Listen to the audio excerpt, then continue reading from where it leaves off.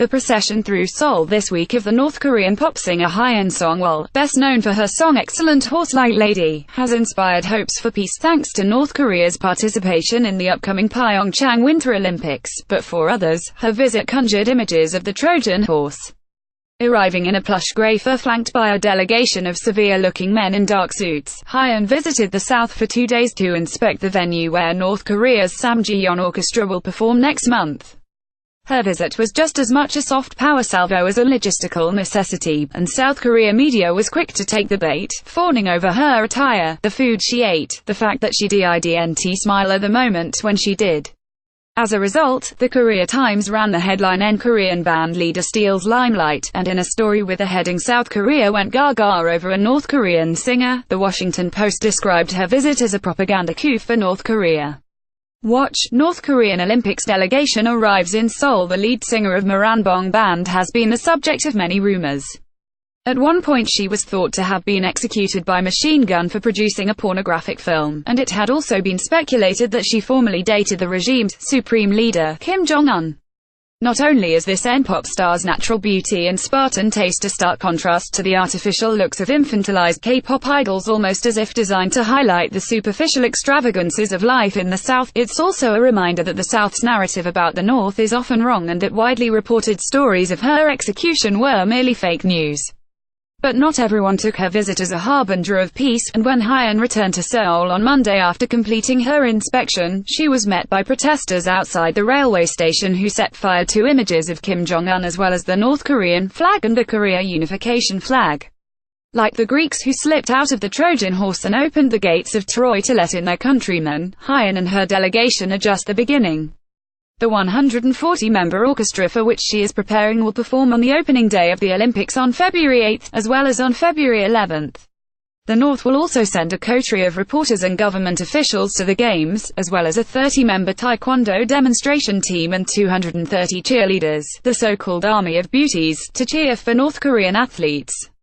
Is North Korea serious about peace or just playing everybody again? Also on opening day, the regime plans to hold a massive military parade to celebrate the 70th anniversary of the founding of its army. Writing about this on Twitter, Jean H. Lee, a Wilson Center Fellow who founded the Pyongyang Bureau of the Associated Press in 2012, noted, North Korea has formally changed the day it celebrates the creation of the Korean People's Army from April 25 to February 8, and is planning a military parade to celebrate. How convenient. It's also the day before the opening of Pyeongchang 2018 Olympics.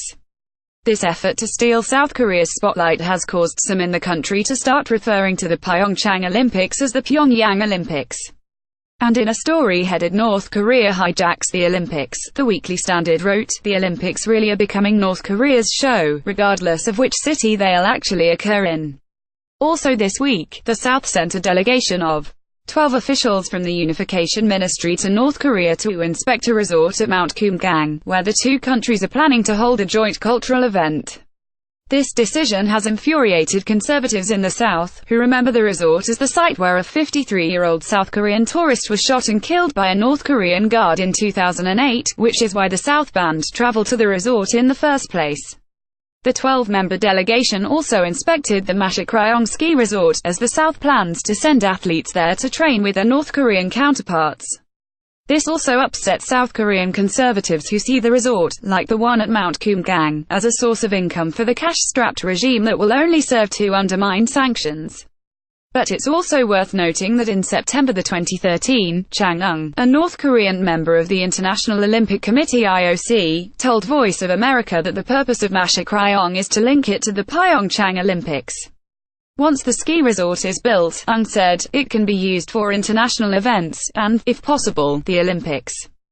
That's the intention. Using the Games as a soft power push for itself, and to attract attention and money to its resorts, is a clever change of tactics from the last Olympics held in South Korea, when the IOC decided the North couldn't co-host the 1998 Seoul Summer Games, and in bitter retaliation Pyongyang bombed Korean Air Flight 858 in 1987, killing all 115 people aboard.